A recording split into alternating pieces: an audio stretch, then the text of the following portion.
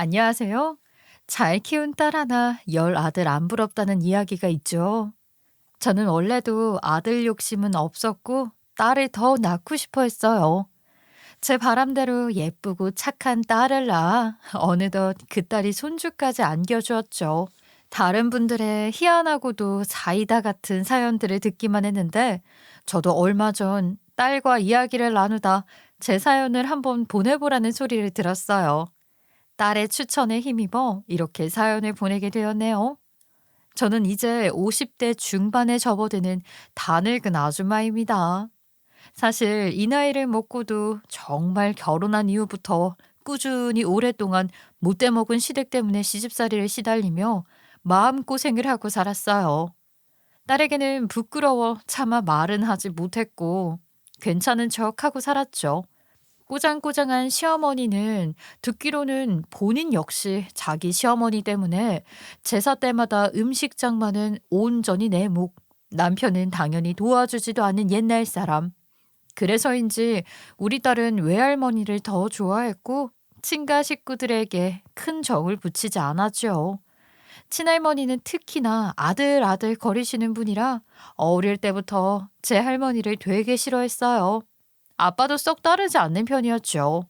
남편은 원래 욱하는 성격이라 어릴 때 아이가 말을 안 듣거나 사고치는 일이 있으면 소음부터 나가는 버릇이 있었어요. 그걸로 저랑도 엄청나게 싸웠고 아이가 크고 나서는 고치긴 했지만 어릴 적 기억 때문인지 그다지 자기 아빠를 좋아하진 않더라고요. 사실 저도 어릴 적에 보고 자란 가정 환경이 지금 제가 사는 환경이랑 비슷했어요. 나이도 많이 먹은 옛날 사람이니 부조리하다거나 그런 생각은 못하고 당연히 그러고 살아야 하는 줄 알았어요. 딸한테도 너무 그러지 마라. 옛날 분들이라 그렇다. 아빠가 잘 몰라서 그런다며 다독였고 어떻게든 가정을 화목하게 잘 지켜내 보려던 그냥 평범한 아줌마였습니다. 근데 그런 저조차도 참을 수가 없었던 일이 있었어요. 정말 해도 해도 너무하다는 생각이 들게 되는 행동을 한 거죠. 어느 날 제가 몸이 너무 안 좋아 남편에게 이야기를 했어요. 아우, 여보, 나 요새 몸이 너무 안 좋은데 내과를 가면 별 문제가 없다고 하고 호르몬 문제일 수 있으니 산부인과를 가보라더라고. 아니면 건강검진을 한번 받아보라던데. 우리 올해 건강검진 받는 염두지 않아요? 아이, 참 여편네. 아, 늙어서 안 아픈 사람이 어디 있다고 유나는. 그거 다 병원들이 돈 받아 처먹어 병원비 장사하려고 괜히 겁주는 거 아니야. 아, 당신보다 훨씬 더 나이 많은 우리 엄마도 멀쩡한데 당신이 몸에 무슨 문제가 있어? 아유, 당신 아무리 그래도 그렇지 사람이 아프다는데 그런 말 말아요. 이제 가는데 순서 없을 나이야. 어차피 건강검진 받아야 하는데 산부인과 쪽에서도 검사 받아보자고 하면 될 걸 참. 남편에게 이야기하니 아니나 다를까 대수롭지 않게 받아치고 깊게 생각하지 않더라고요. 그래도 이번에는 왠지 모르게 몸이 심상치 않은 것 같다는 느낌이 자꾸 들어서 유난 떤다는 남편의 구박에도 꿋꿋이 정밀 검사를 신청했고 검사를 받아보게 되었죠. 그런데 남편도 놀랄 만한 검진 결과가 나온 거예요. 아내분 자궁 쪽에서 종양으로 의심되는 게 보입니다. 물론 그냥 물혹일 수도 있어요. 하지만 물혹이라고 해도 사이즈가 좀 큰 편이라 종양이면 큰일일 수도 있어서 조직 검사를 맡겼고요.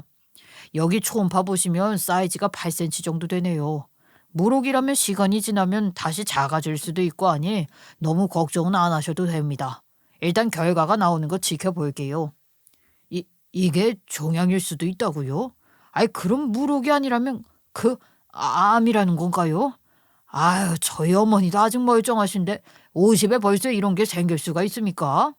남편분께서 남성이라 잘 모르시겠지만 자궁 쪽의 종양은 나이를 불문하고 언제라도 생길 수가 있어요. 어머님께서 아직 안 생기셨다면 다행이지만 그렇다고 해서 더 젊은 여성들에게도 생기지 않는 건 아닙니다. 자궁경부암 검사도 그래서 나라에서 무료로 검사해 주는 거고요.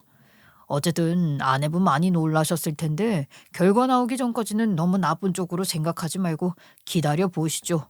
연락드릴게요. 집으로 가는 길에도 남편 놈은 암일 수도 있다는 소리를 늘어놓고도 저를 위로하고 걱정하기보다는 병원욕이 먼저였어요. 아, 저 의사인간 돌팔이 아니야? 괜히 겁줘서 문제도 없는데 수술시키려고 하는 거 아닌가 몰라. 당신이 괜히 아프다니까 저 의사가 옳다구나 하고 덤태기 씌우는 거 아니야? 아, 당신은 지금 내 건강에 대한 걱정보다 의사 선생님한테 속았을까 봐 그게 더 신경 쓰이는 거야? 사람이 어쩜. 아휴, 됐다. 내가 당신한테 뭘 바라?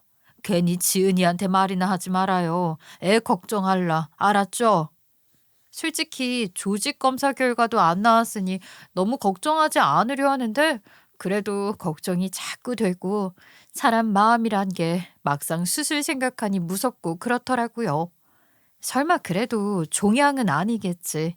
그냥 단순한 물혹일 거야. 생각하며 스스로 다독이는데 제 바람과는 달리 조직 검사 결과 종양이라는 소식을 듣게 되었어요. 아니기를 바랐는데 종양이더라고요. 네, 환자분 전에 오셨을 때도 말씀드렸다시피 사이즈가 크다 보니 수술을 얼른 해야 할 것 같아요. 보호자는 누가 하실 건가요? 네? 어, 보호자가 꼭 필요한 수술일까요? 심각한 거예요? 아니요, 심각하다기보다는 그래도 수술을 들어가는데 보호자 없이 환자분 혼자서만 입원을 하고 수술을 할 수는 없으니까요. 수술 설명도 드려야 하고. 그때 남편분이랑 같이 오셨던 것 같은데 남편분이 보호자로 시간 내주실 수 있겠죠? 아, 아마 한번 이야기해봐야 할 것 같아요. 그 사람이 좀 많이 바빠서요. 네, 이야기해보고 수술 날짜를 최대한 빨리 잡죠. 사이즈가 더 커져서 환자분께 좋을 건 없으니까요. 성인 자녀분 있으시면 그분이 보호자로 오셔도 되니까요. 얼른 확인하시고 연락 주세요. 사람이 아프면 별것이 다 서운하다더니 이럴 때 당연히 남편이 보호자로 와줄 거란 확신도 없어 뭐라 대답도 못 하겠더군요. 그렇다고 딸한테 이야기하자니 그건 또 딸한테 미안하고. 그런데 사실 고민할 게 뭐 있어요. 수술하려면 보호자는 무조건 필요한데 딸한테는 이야기 안 하려고 남편에게 먼저 좀 부탁하기로 했어요. 여보, 병원에서 연락 왔어. 조직 검사했는데 종양 맞다고 하네. 그래서 수술해야 한대. 지은이 모르게 수술하려니까 당신이 보호자로 좀 와주면 안 돼요? 의사 선생님도 사이즈가 크니까 수술 좀 서두르자고 하던데. 아이, 거참. 그 보호자가 꼭 있어야 하는 수술인 거야? 그냥 제거하면 되는 거 아니야. 병실 그 간이 침대에서 어떻게 먹고 자라고? 생각만 해도 불편하구먼. 나 잠자리 예민한 거 몰라? 침대 바뀌면 잠도 잘 못 자는데 병실에서 며칠씩 자면서 당신 간호하라고? 내가 당신보다 나이가 한참은 더 들었다. 같이 병 날 일 있어? 아, 지은이 그냥 부르면 되지 뭐가 문제야. 걔도 성인이야. 다 컸다고. 지 엄마 수술하는 거 숨겨서 뭐 한다고? 아, 나중에 몰라? 그냥 애한테 좀 와서 간병하라고 하면 될 거 아니야. 말 못하겠으면 내가 할 테니까. 아유, 지은이 걱정 달고 사는 건 몰라요? 왜 그런 짓을. 여보세요? 남편은 병원 간이 침대에서 자고 싶지 않다며 이야기하지 말라 뜯어말리는 저를 무시하고는 기어코 자기 고집대로 딸에게 제 수술 소식을 알렸어요. 아빠로부터 엄마 수술 소식을 들은 딸은 불이 나게 전화를 걸어왔죠. 엄마, 이게 무슨 소리야? 갑자기 수술을 한다고? 아니, 어떻게 이걸 이렇게 감쪽같이 숨길 수가 있어? 나한테 말도 안 하고 그런 수술을 받으려고 했단 말이야? 아빠는 와중에 자기가 병간호하기 싫다고 나한테 떠넘긴 거지? 아우, 진짜. 엄마는 저런 남자 뭐가 좋다고 결혼을 했어. 아무리 그래도 자기 아내인데 걱정도 안 된대? 한두 번도 아니고 참. 어쨌든 내일 내가 갈 거니까 엄마는 아무 걱정하지 말고 딱 기다려. 알았지? 앞으로 이런 일 있을 때 나한테 말 안 하면 나도 앞으로 엄마랑 중요한 일 의논 안 하고 숨긴다? 아유, 알겠어. 너 괜히 걱정할까 봐 엄마는 그랬지. 에휴, 그래도 딸밖에 없다. 고마워. 이렇게 든든하게 잘 자라줘서. 됐어. 나 지금 바로 짐 챙겨서 병원으로 출발할게. 회사에는 말해뒀어. 엄마 필요한 거 있으면 문자로 적어서 보내줘. 알았지? 이따 봐요. 딸은 아니나 다를까 제 걱정에 아빠에 대한 못마땅함까지 드러내며 바로 달려오겠다고 했어요. 남편이 되어서는 남편 노릇도 못하고 자식한테 떠넘기는 아빠를 두게 하다니 미안한 마음도 들더군요. 주부로 살면서 아내로 며느리로 한 아이의 엄마로 살면서 마음 편히 아파 본 적도 한 번 없었어요. 그래서 잔병치레하지 않고 건강했던 덕분에 늘 제 딸에게는 든든한 엄마 노릇을 잘 해왔는데 이런 제가 아프니까 그제야 우리 가정에 부족한 틈이 보이더군요. 딸에게는 제가 아니면 든든한 부모 노릇, 보호자 노릇을 해줄 인간이 하나도 없었던 거예요. 그걸 제가 아파지고 나서야 알았어요. 수술을 앞두고는 이런저런 생각이 많아졌던 것 같아요. 딸은 저와 전화를 마치고 제게 필요할 것 같은 옷 가지며 짐을 바리바리 싸들고 병원으로 왔어요. 다행히 수술도 잘 마칠 수 있었고 딸이 병간호를 전부 다 해준 덕분인지 경과도 좋은 편이라고 하시더라고요. 일주일 정도 그렇게 병실 신세를 지다 드디어 퇴원을 할 수 있었어요. 제가 그러고 있는 동안 당연히 시댁에서는 한 번을 와보지 않았어요. 연락 한 번도 없었고요. 뭐 원래 그러던 분들이라 놀랍지도 않았어요. 그런데 퇴원을 하는 날 핸드폰이 띠링 하고 울리더군요. 누군가 싶어 열어보니 시어머니께서 제 통장에 50만 원을 입금했다고 알림이 온 거예요. 그걸 보고 나니 수술하고 나서 괜찮냐 연락 한 번 없던 시댁에 서운해하던 게 죄송해지더라고요. 아무리 그래도 사람이 아팠던 건 신경을 쓰는 사람들이구나. 퇴원하는 건 알고 계셨구나. 나이가 있으시니 직접 와보진 못해도 병원비라도 보태라고 돈을 보내주신 줄 알았어요. 엄마 뭐해? 아니 50만 원? 뭐야? 누가 입금한 거야? 헐래? 이거 할머니가 입금해 준 거야? 웬일이래? 해가 서쪽에서 뜨겠네. 이거 뭐 병원비 보태라고 주신 모양이다. 우리 집 식구들이 이제 철이 들려고 하는 건가? 난 사람이 입원해 있는데 연락도 없고 수술이 끝났는데 잘 끝냈냐고 물어보는 사람도 없고 그래서 참 별로다. 역시 별로다 생각하고 있었더니 이렇게 떡하니 입금을 했네. 그러게. 엄마도 그런 줄 알았는데 그래도 아프니까 이런 대접도 받아보네. 엄마가 시어머니한테 이런 걸 다 받아보고 또 며느리가 감사하다고 전화 드려야겠다. 잠깐만 기다려줘. 그래 알겠어. 난 옆에 얌전히 앉아서 엄마 통화 끝날 때까지 기다리고만 있을게. 얼른 통화하셔요. 그렇게 시어머니에게 전화를 드렸어요. 예, 어머님 안녕하세요. 저 오늘 퇴원이에요. 뭘 또 이렇게나 많은 금액을 입금해 주셨어요. 이거 저 병원비 하라고 보태주신 거죠? 안 그러셔도 되는데. 그게 무슨 소리니? 내가 미쳤다고 네 병원비를 줘. 아이고 착각은 자율하지만 너무 뻔뻔한 거 아니냐? 우리 내일 제사인 거 잊고 있었나 봐. 왜 하필이면 제사 때 아프고 난리여. 너 퇴원하는 거 기다리느라 시간이 부족해졌어. 이따 집 오는 길에 제사장 좀 봐오거라. 원래 어제부터 3일은 준비했어야 하는데 오늘 내일 이틀 안에 준비하려면 빠듯하겠네. 얼른 서둘러서 와.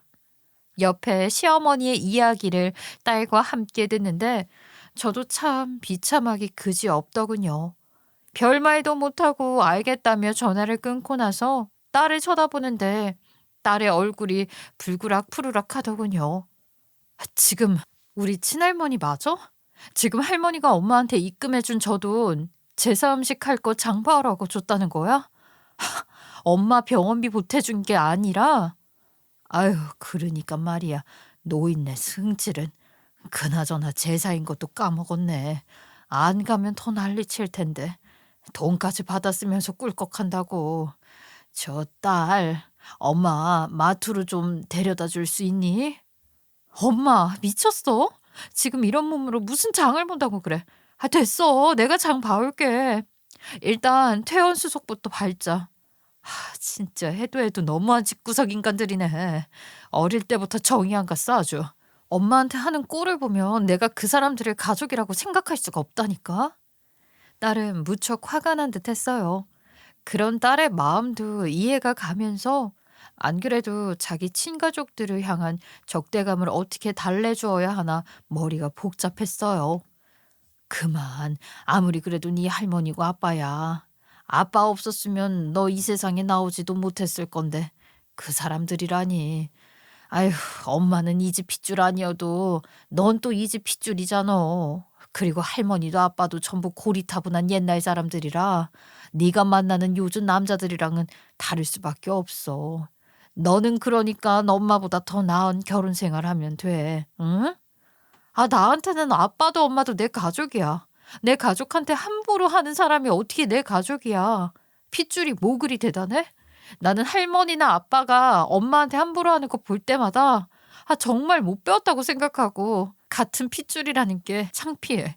아빠 딸이라는 게 저런 사람이 내 할머니라는 게 진짜 쪽팔린다고. 엄마 대체 왜 참고 사는 거야? 너 하나 잘 키워보려고. 그래도 너 시집갈 때 나 혼자 결혼식장에 덩그러니 앉아 있으면 안 되니까. 손잡고 들어갈 아빠는 있어야지. 그래야 무시 안 당하지. 엄마는 이제 그러려니 해. 불쌍한 사람들이다 생각하고 살아줘. 그러니까 너도 괜히 성내지 마. 몰라. 엄마한테 하는 거 보면 나중에 나한테도 저러겠지 싶어. 그리고 할머니는 은근히 나 딸이라고 무시해. 나도 다 알거든? 어쨌든 엄마는 집에 가 있어. 장 볼 거 뭔지 알려주기만 해. 아유, 네가 제사 음식 뭐 사야 하는 줄 안다고 혼자 장을 봐. 어떻게 너 혼자 보내니? 그냥 같이 가. 같이 가서 장 보면 되지. 절대 안 돼. 안정취하라고 병원에서 그러지 않았어? 엄마 지금 환자야. 제사 음식도 만들러 안 보낼 거야, 내가. 아이고, 이럴 시간에 장 열대 번도 더 봐야겠다. 그럼 엄마 그냥 차에 가만히 있을게. 네가 장 봐와. 그럼 되겠지? 얼른 가자. 네 할머니 기다리시겠다. 딸과 한참 실랑이를 하다 딸을 달래어 마트를 갔어요. 딸이 아주 씩씩대며 운전을 하고 장도 봐오더군요. 차 트렁크에 장 봐온 걸 전부 넣더니 시댁으로 바로 운전해 가더라고요. 그러고는 이내 자기 혼자 양손 가득 무거운 장바구니를 들고 시댁으로 들어갔어요. 응, 지연이도 왔니? 그래, 장 봐온 것 좀 보자. 아유, 이틀 동안 언제 다 만드나 모르겠네. 원래? 예, 이게 다 뭐야? 저야 모르죠. 딸이 장을 봐왔으니까요. 그런데 시어머니가 장바구니를 열어 사온 물건들을 하나하나 꺼내어 보여주는데, 아니, 이미 다 만들어진 부침개, 전, 각종 제사 음식과 식혜더라고요. 어라, 지은아, 이게 다 뭐니? 마트에서 부침개랑 꼬지를 사왔어? 식혜도? 엄마가 재료 적어서 전달해줬잖아. 이게 다 뭐야? 시어머니도 눈이 땡그레져 저를 쳐다보고 저도 당황해 제 딸을 쳐다봤어요. 씩씩대며 양손 가득 열심히도 장을 봐오니 그게 전부 다 만들어진 음식들이더라고요. 저희 엄마 지금 환자라 쉬셔야 해서 이번 제사는 이걸로 올리세요. 이미 돌아가신 분들 음식 만들다 산 사람이 죽을 수는 없잖아요. 싫으시면 할머니가 아빠랑 둘이 만들어 올리시던가요. 여기 혹시 몰라서 만드실 거면 만드시라고 재료도 사왔네요. 어떻게 둘 중에 하나는 환불해 드릴까요? 저희 딸은 화가 단단히 났는데 코뿔소가 따로 없었어요. 딸이 눈을 똑바로 뜨고 시어머니를 바라보며 뭐라 하는데 시어머니의 화살은 곧 제게 돌아왔죠. 원래 제 딸은 저한테만 살갑지 자기 할머니랑 아빠한테는 지랄 맞고 사나운 성격이었거든요. 야, 네가 시킨 거야, 네 딸년한테? 엄마 아파서 못 만들겠으니 네가 가서 말 좀 해달라고. 아무리 그래도 그렇지. 저상님들 이렇게 모시라고 교육하는 게 맞니? 자식 교육 참 잘 시킨다 그래. 근데 저도 이날은 평소처럼 죄송합니다 하고 넘어가지지가 않더라고요. 듣고 있자니 딸이 옆에서 봤을 때 얼마나 제가 답답했으면 평생 안 하던 저런 짓을 했겠어요. 엄마 사는 꾸락서니가 얼마나 볼품없고 대우 못 받는다 싶었으면 자기가 총대까지 메고 저랬을까. 제가 제 딸한테 다 미안하더라고요. 나는 내 딸 결혼식 때 멀쩡히 엄마 아빠 다 자리에 앉아있는 거 보여주려고 참고 있었던 건데 딸도 다 보고 느끼고 알고 있었던 거예요. 딸이 이렇게까지 하는데 제가 거기서 딸을 나무랄 수가 없더군요. 네, 어머니, 제가 시켰어요. 저 아파서 도저히 이번 제사 음식은 못하겠고 장도 못 보겠으니까 엄마가 메모해준 대로 음식 사오라고, 할머니가 직접 만들고 싶다고 하실 수도 있으니 재료도 사오라고 했죠. 어머님 잊으신 모양인데 제가 아직 환자예요. 처음으로 제가 시어머니한테 꼬박꼬박 받아치자 딸도 내심 놀라더라고요. 시어머니도 놀라긴 놀랐는데 그대로 질 양반은 아니었죠. 뭐? 환자? 아이고, 지금 곧 죽을 나이 받아놓고 내 앞에서 너 아프고 환자라고 유세 떠는 거야? 나는 너 그깟 수술 좀 한답시고 일주일 넘게 집을 비워서 우리 아들 밥 차려주느라 얼마나 고생한 줄 알아? 근데 너는 한 번도 전화를 안 하더라. 네 남편 밥은 잘 먹었는지 걱정 안 되디? 네 시어미 고생하는 건 생각도 안 나고 네 아픈 것만 생각나디? 어머니, 비교할 걸 비교하세요. 저는 지금 막 수술하고 퇴원한 환자예요. 어머니 어디 아파서 수술하시기라도 하셨어요? 솔직히 이 정도 나이 먹었으면 저나 어머니나 가는데 순서 없는 나이예요. 그리고 당장 제가 죽을지도 모르는데 그깟 남편놈 밥 한 끼 때문에 걱정하고 전화를 해야 해요? 어머니 아들은 손이 없나요? 밥솥에 쌀 씻어 밥 안 치고 반찬 꺼내서 밥 먹을 줄도 모르는 반푼이를 낳으신 거예요. 아, 어떻게 수술이랑 밥 한 끼랑 비교를 하세요? 기가 막혀서 정말 말이 안 나오네요. 뭐야? 어디 하늘 같은 남편을 그따위로 대접할 생각을 해. 아주 자기밖에 모르는 이기적인 인간이 따로 없네. 네가 아주 수술 한번 받고 오더니 기고만장해져서 그간 못던 유세란 유세는 다 떠는구나. 손녀 보는 앞에서 아주 시애미한테 이따위로 굴라고 잘도 가르치는구나. 그러자 듣고만 있던 딸이 저 대신 시어머니를 향해 난리치기 시작했어요. 할머니, 제발 그만 좀 하세요. 장 봐온 거 저희 엄마가 저한테 시킨 게 아니라 제가 스스로 생각하고 내린 결정이에요. 그리고 엄연히 이야기해서 아빠랑 할머니 조상이지 저희 엄마 조상이 아니잖아요. 그럼 직계 가족들이 만들어 올려야지 왜 생판 남과 관계도 없던 저희 엄마가 이걸 해야 해요. 누구 하나 도와주는 사람 없이 엄마 혼자 만든 제사 음식을 조상님들이 퍽이나 좋아하시겠네요. 친손주, 친자식들은 손 하나 까딱하는 음식에 무슨 정성이 들어가 있겠어요? 조상님들 노하실까 걱정되시면 직접 만드셔야죠. 너 아무리 그래도 그렇지. 내가 네 할미고 네 아빠를 낳은 사람이야. 너는 강씨 집안 자손이라고. 그런 네가 지금 이렇게 나오면 돼? 이래서 아들을 낳아야 했는데. 할머니는 왜 그 좋은 아들 낳아놓고 아들 덕은 하나도 못 보고 저희 엄마 덕만 보고 계신데요? 그 잘난 아들 지금 다 늙어서까지 아들이 차린 밥상 한번 받아본 적이나 있으세요? 없으시잖아요. 거꾸로 할머니가 차려다 바치고, 아이 무슨 아들 덕을 본다고 아들 타령하세요. 할머니가 아들 덕 본 게 뭐가 있어요? 그렇게 싸고 돌 거면 아들이랑 제사 음식 만드시면 되겠네요. 너 치은이 너 말 다 했어? 이게 아주 다 컸다고 또박또박 어른이 말하는데 싹수 없이. 싹수 없는 게 이 집안 핏줄인가 보죠. 아, 저도 이 집안 핏줄이잖아요. 어떻게 된 게 이 집구석 사람들은 배려도 없고 양심도 없어요? 며칠 전에 수술하고 퇴원한 사람한테 괜찮냐고 묻지는 못할 망정 제사 음식장을 봐오란 소리에 무슨 남편 밥 타령까지 하냐고요. 며느리가 아니라 무슨 식모쯤으로 생각하고 있는 거 아니에요? 다시는 저희 엄마한테 이런 거 시키지 마세요. 수술하고 말고를 떠나서 엄마가 회복을 다 해도 제사 음식 절대 손도 못 대게 할 거니까. 강씨 집안 제사는 할머니랑 할머니가 끔찍이 아끼는 아빠만 데리고 하든지 해요. 한 번만 더 우리 엄마 시켜봐요. 그때는 나도 진짜 가만히 안 있을 거니까. 엄마, 일어나. 환자가 퇴원해서 지금 한시도 못 쉬고 이러는 게 말이 돼? 당장 집으로 가. 딸은 묵혀온 울분이 많았는지 토해내다시피 할머니를 향해 소리쳐대더니 저를 일으켰어요. 딸을 말리려고 했지만 가만 생각해보니 말리는 것도 애한테 못할 짓이라는 생각이 들었어요.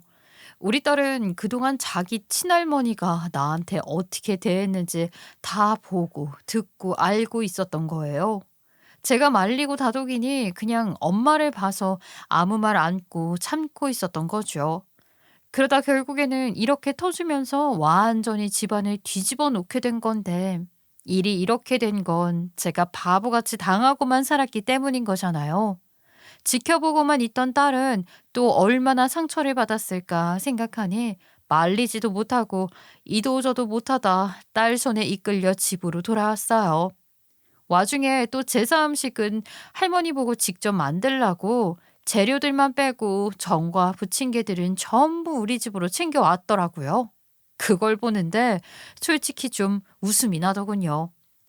지은아, 아이 너 이거는 또 언제 야무지게 챙겨왔니? 너희 할머니 음식 하시려면 고생 좀 하시겠는데? 이거 못 가져가게 할 걸 후회하시겠어. 그러라고 일부러 눈앞에 보여드리고 가지고 온 거야. 직접 해봐야지. 며느리 일손 없으면 혼자 하지도 못하실 거. 아들 타령은 듣기도 싫어. 끔찍해. 그 잘난 아들이 할머니한테 뭐 해준다고 저러나 몰라? 엄마, 일단 이것들은 내가 정리할 테니까 가서 좀 누워 있어. 아휴, 엄마가 미안해. 네 앞에서 괜찮은 척하면 네가 모를 줄 알았나 봐. 너도 다 커서 알 거 다 알고 눈치가 빠삭해서 속으로는 속상했을 텐데 엄마가 생각이 짧았다. 네가 참느라 애썼겠네. 딸의 마음을 알아주니 아까 할머니한테 바락바락 대들던 모습은 사라지고 울먹울먹 눈에 눈물 달고 글썽거리는 착하고 순해 빠진 모습만 남았더라고요. 이렇게나 착한 딸인데. 그러니까 나를 봐서라도 이제 엄마 참지 말고 살아. 할 말 다 하면서 살란 말이야. 엄마가 뭐가 아쉬워서 그래. 아빠랑 이혼해도 된다니까. 내가 모시고 살 거야. 나 돈 잘 벌어. 나 결혼할 사람도 돈 잘 벌어. 내가 엄마 모시고 산다 그러면 같이 모시고 살자고 하는 사람이라고. 아이고, 네 아빠를 까맣게 잊고 있었네. 어휴, 주둥이로만 효자 노릇하는 그 인간. 이따 또 오면 한바탕 해야겠구먼. 엄마는 환자야. 한바탕 하기만 해. 가만 안 있을 거야. 걱정스러웠어요. 딸 성격이 자기 아빠를 닮아 쉽지 않았었거든요. 아니나 달라요. 시댁에서 있었던 소식을 들은 남편 당연히 난리가 났어요. 퇴근하고 집에 들어오자마자 저한테 큰 소리 내며 막 뭐라 하더라고요. 당신 대체 지은이한테 뭐라고 했길래 지은이가 갑자기 친할머니한테 그따위로 이야기를 하게 만들어? 당신이 시킨 거야? 어? 그래, 내가 시켰다. 내가 딸 하나는 잘 키웠지. 태어나고 온 사람 제사 음식 장바오라는 미친 집구석에서 시키는 대로 말 잘 듣던 멍청이 같은 자기 엄마 지킨답시고 우리 딸이 날 위해 아주 큰 효도를 제대로 해줬어 오늘. 제가 기다렸다는 듯이 큰 소리를 치며 받아치자 남편이 잠깐 놀랐어요. 이 여편 내가 아프다더니만 드디어 정신까지 나갔어? 아까도 우리 엄마한테 이랬어? 대체 딸 교육을 어떻게 시켰길래 딸년이며 며느리며 지랄들이고 이제는 하다 어디서 남편한테까지 큰 소리야? 하며 손이 올라가더군요. 그러자 그걸 보고 있던 딸이 자기 아빠보다 더 난리를 치기 시작했어요. 딸이 성격이 날 안 닮고 자기 아빠를 닮아 어찌나 다행인지 그러니 지지를 않아요. 그래서 어릴 때부터 남편과 딸이 부딪히면 끝을 보곤 했거든요. 그러니 남편도 자기 딸 지랄 맞은 거 알아서 잘 안 건드렸고요. 미쳤어? 손부터 올라가는 저 개버릇은 대체 언제 고칠 건데. 교육은 엄마만 해? 아빠는 그럼 나한테 해준 게 뭐야? 돈 벌어다 주는 거? 아빠도 똑같아. 엄마는 신경 써주지도 않고 아빠 가족만 중요하게 여기지? 그럴 거면 결혼을 왜 했어? 제사 음식 만들고 수발 들어주는 식모가 필요했어? 그런 걸 보고 자란 내가 본받을 사람이 어디 있다고. 결혼을 꿈꾸고 남자를 만나겠냐는 생각은 안 해? 진짜 창피해서 우리 예비 신랑한테 가족 소개를 못하겠어. 알아? 딸은 아주 나를 잡은 듯 바락바락 제 아빠를 향해 어릴 적부터 쌓아온 앙금을 폭발했어요. 결국 남편은 마땅히 할 말을 찾지 못하고 저한테 올렸던 손을 냅다 딸에게 올렸어요. 그걸 본 제가 눈이 돌아서 똑같이 남편 뺨을 올려붙였죠. 당신이 미쳤구나. 어디 하나밖에 없는 내 소중한 딸한테 손을 대. 내가 한 번만 더 애한테 손대면 이혼한다고 했지. 개벌은 난 못 준다더니 아직도 손 올리는 버릇 그대로였구나. 애 좀 크고 나서 안 한다 했다. 당신 엄마만 소중하고 나나 당신 딸은 완전히 뒷전이지. 애가 맞는 말 했구먼. 뭐가 그렇게 화가 나는데. 제게 손찌검 한 대 당한 남편은 충격을 받았는지 왼쪽 뺨을 감싸쥐고 얼이 빠져 저를 쳐다봤어요. 하나 이것들이 쌍으로 돌아붙나? 왜? 직접 당하니까 감회가 남달라? 남들한테 손 올릴 줄만 알았지 당신이 당해본 적은 없었지? 그래, 당해보니까 기분이 어때? 아주 더럽지?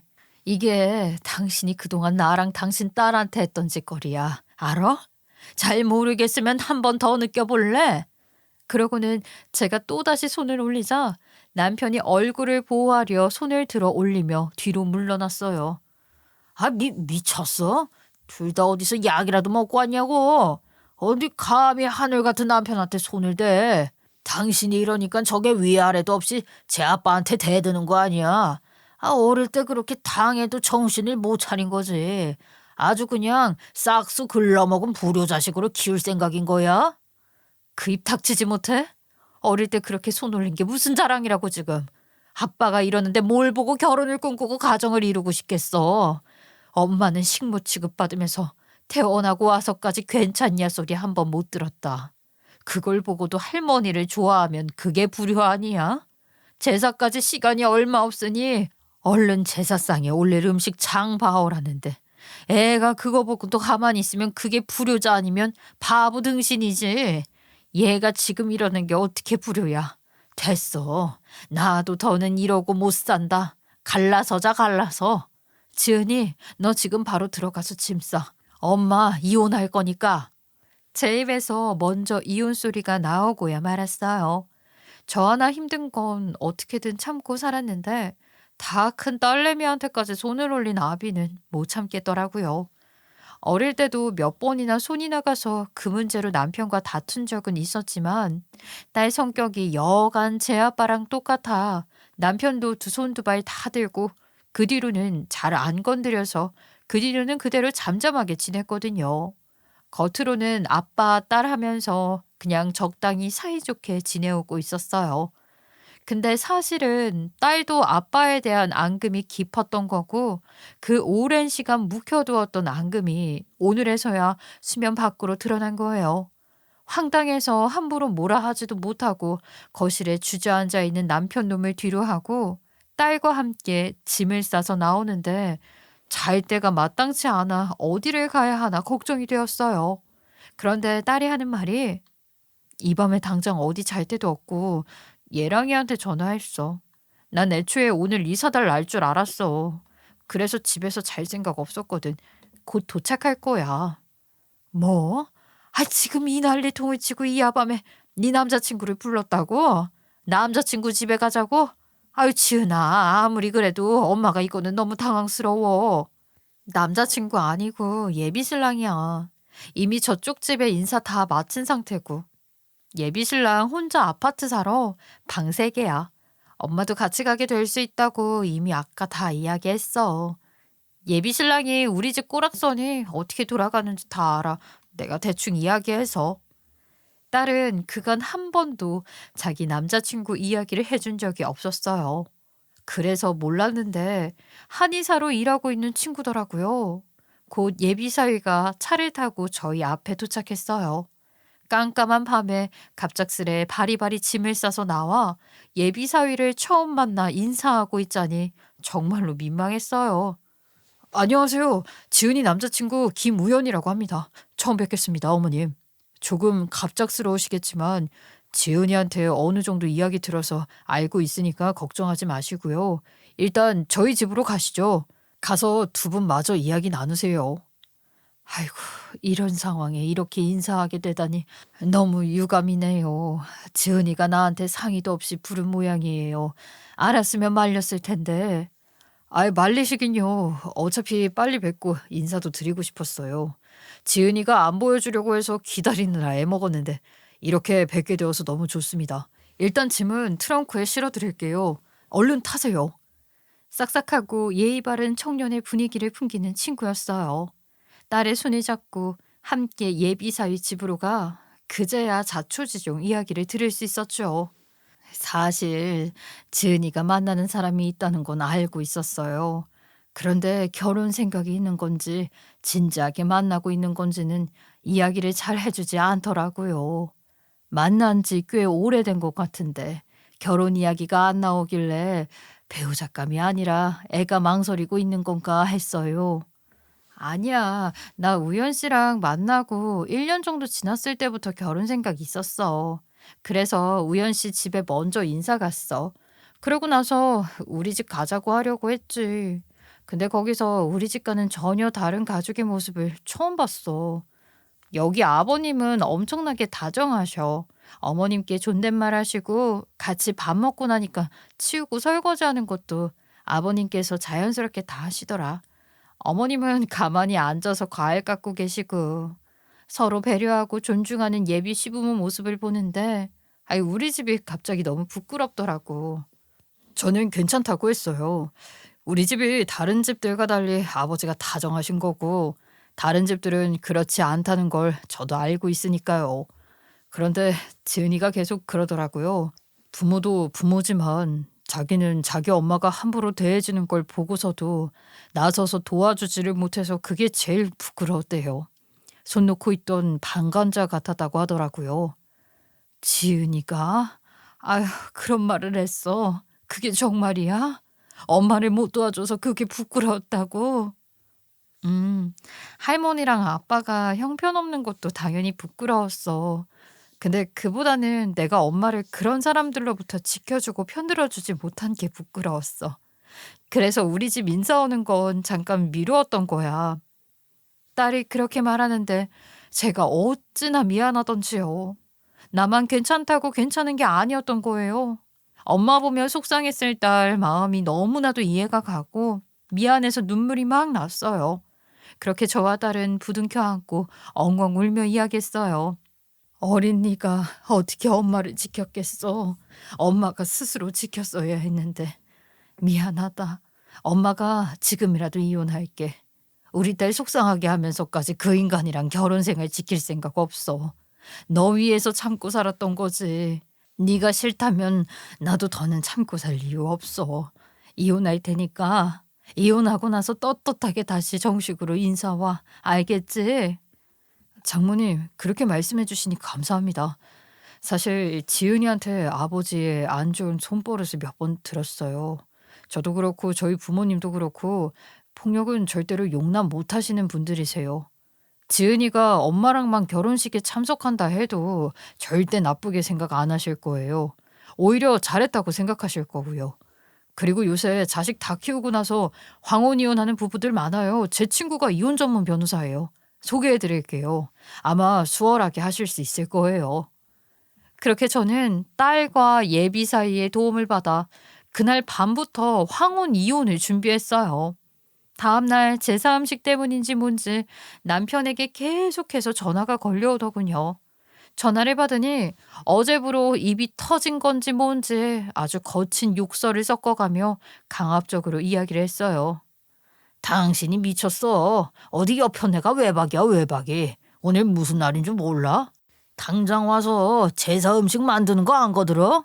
우리 어머니 나이가 지금 몇인데 이걸 혼자 하게 하는 거야? 1시간 준다.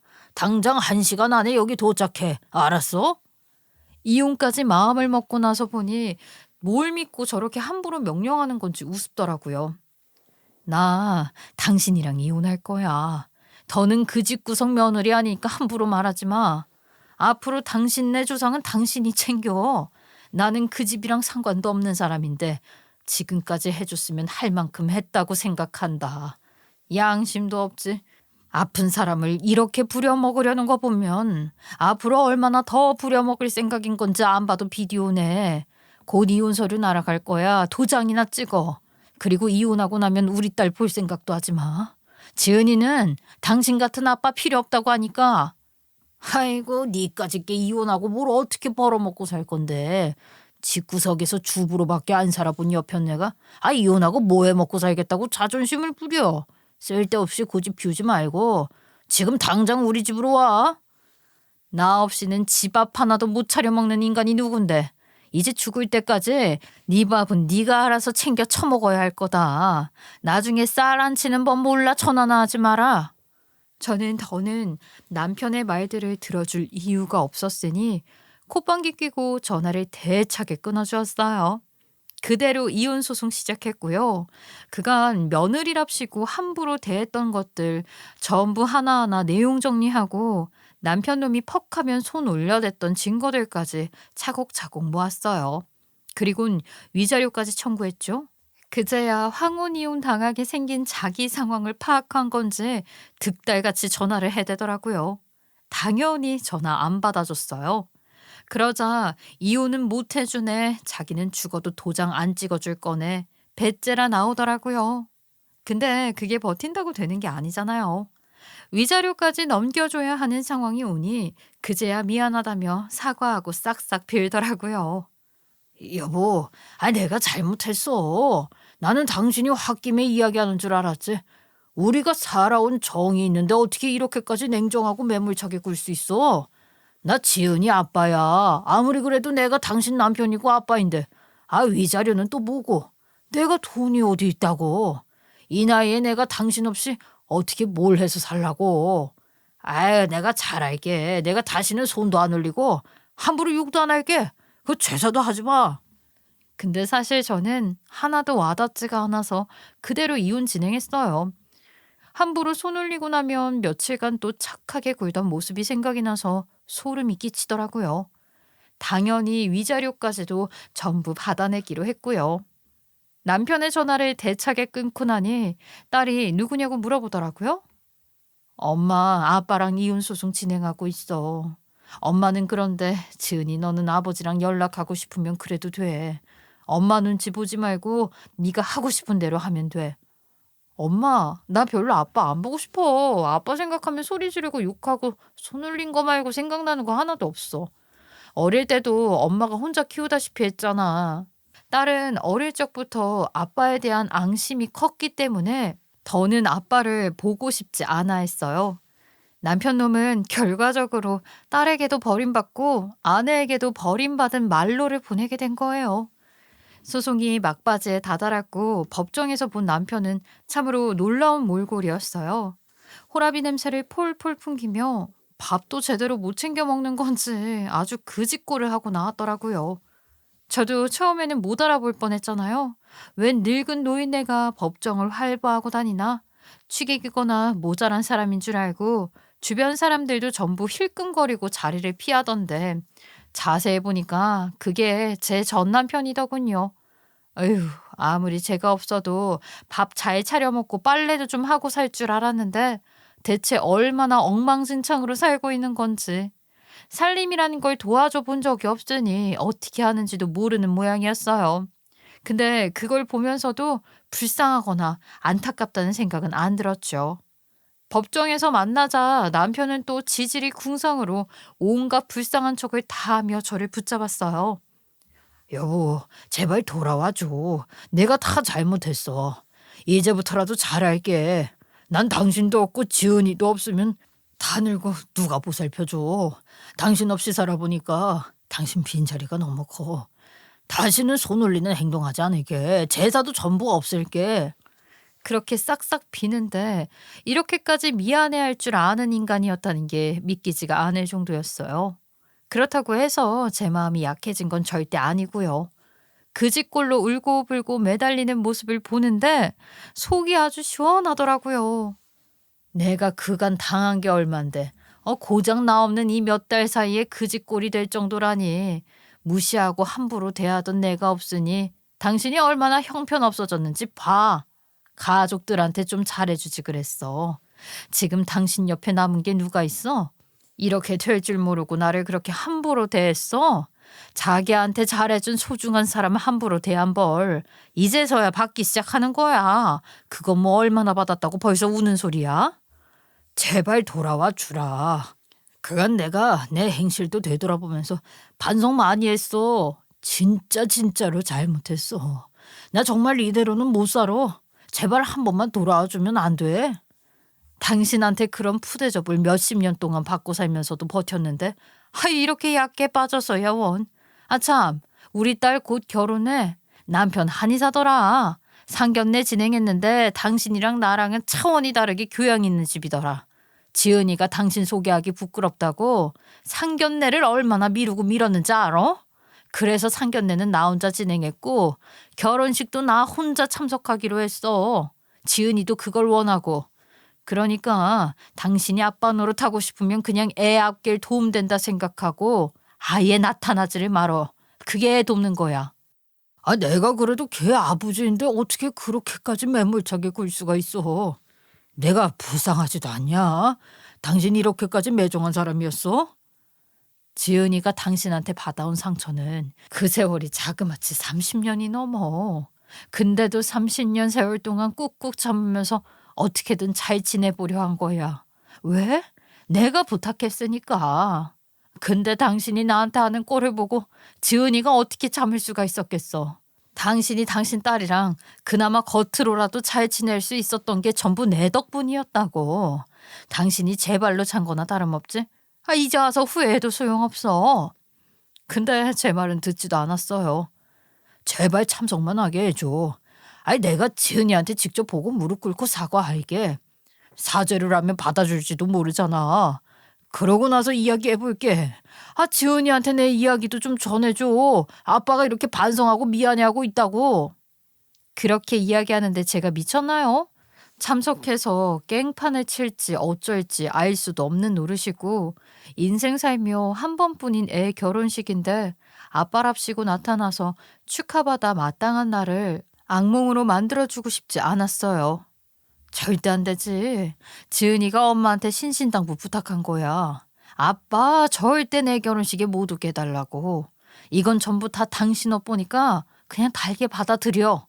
다시는 우리 딸이랑 내 앞에 나타나지도 마. 알겠어?